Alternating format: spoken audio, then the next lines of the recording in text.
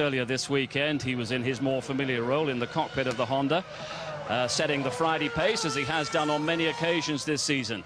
And that's the perfect qualification to get alongside Mark Blundell for our Hungaro-Ring track guide.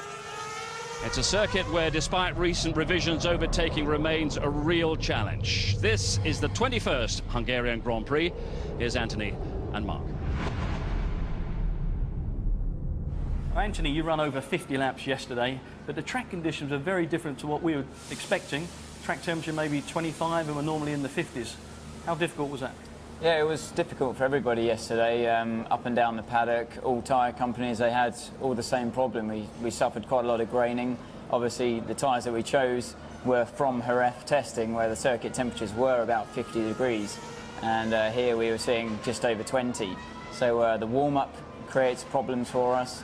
And you don't get the first lap out of the tyres very well, and therefore you've got more friction going on, and you get, like we call it, a cold grain on the tyre. So yeah, it creates a lot of problems. So that graining there is actually because the surface is not getting hot enough and then the rubber starts to roll across the face of the tyre? Yeah, exactly. There are two types of graining. You can get stress graining from sheer grip, and you can get the graining like we had today just from the tyre being outside of its operating temperature window.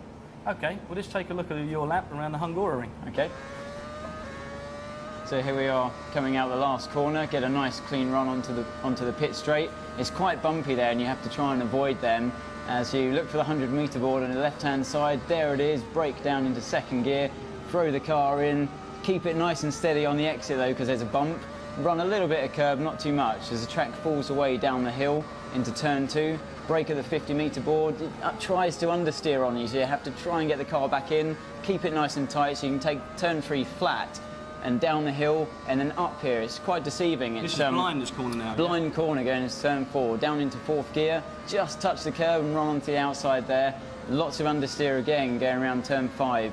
As early on the throttle, it goes a little bit uphill, nice and straight braking into turn 6, ride the curb on the inside, the back tries to twitch on you there, and then up into 4th, up into 5th, back down to 3rd for the left, keep it nice and tight so you get a good run around the next right, and then early, hard on the power, and this is a nice flat out left-hand corner, feel the G on the neck, down into 4th gear, then back up into 5th around the right-hander, and down the hill into the new complex of the circuit, brake at the 100-metre board, easy on the turn-in, not too much curb on the exit, and then again, second to last corner, you have quite a lot of understeer. Just, you can see the rear just getting a bit light mid-corner, and round into their last corner.